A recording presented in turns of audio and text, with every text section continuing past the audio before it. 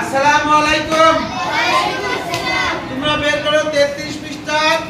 এবার 6 নম্বর অঙ্কটা করে দেব। দেখো সবাই 6 নম্বর অঙ্কটা আজকের অনুশীলনী কত 2। আমরা 6 নম্বরটা 4 6 4 8 ও 0 অঙ্কগুলো মাত্র একবার ব্যবহার করে গঠিত বৃহত্তম ও ক্ষুদ্রতম সংখ্যার পার্থক্য লেখা লাগবে। কি লেখা লাগবে?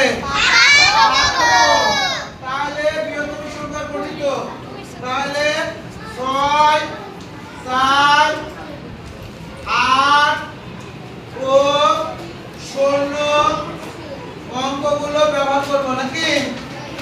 অঙ্কগুলো ব্যবহার করি, অঙ্কগুলো ব্যবহার করি, ব্যবহার করি। ঠিক আছে? করলে কি হবে? বৃহত্তম সংখ্যা কি হবে? বৃহত্তম সংখ্যা একজনকে ডাকবো, বৃহত্তম সংখ্যা লিখে যাবে। আরেকজনকে ডাকবো, ক্ষুদ্রতম সংখ্যা লিখে যাবে। আরেকজনকে ডাকবো, সে আসে বিয়োগ করবে। রেজন আসে লিখবে। এই যে লেখা আছে সংখ্যা, বই লাগবে না, তুমি বৃহত্তম সংখ্যা লাগবে মানে। রেজন দেখি বৃহত্তম সংখ্যা কি কি লেখে, আমরা সবাই দেখবো। রেজন একটাও কম হবে না, সরাসরি সংখ্যা লেখা লাগবে। আমরা কম ব্যবহার করব না, ঠিক আছে? যেহেতু বৃহত্তম সংখ্যা লিখছি, কি হয়েছে?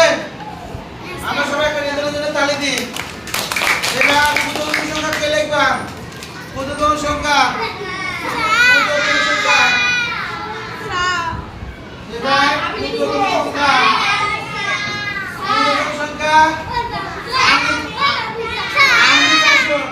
আনলিখা আসো।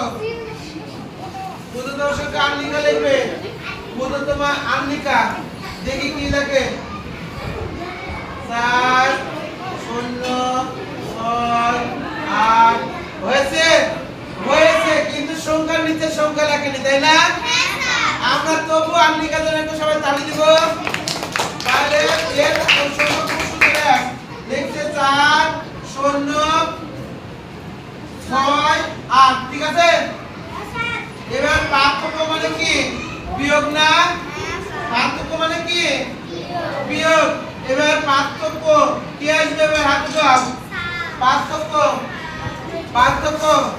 এবার আসবা অনেক আসো না, আতিউর আসো। তুমি তো সবসময় আসো, আতিউর আমাদের ক্লাসে। দেখি আতিউর কি করে।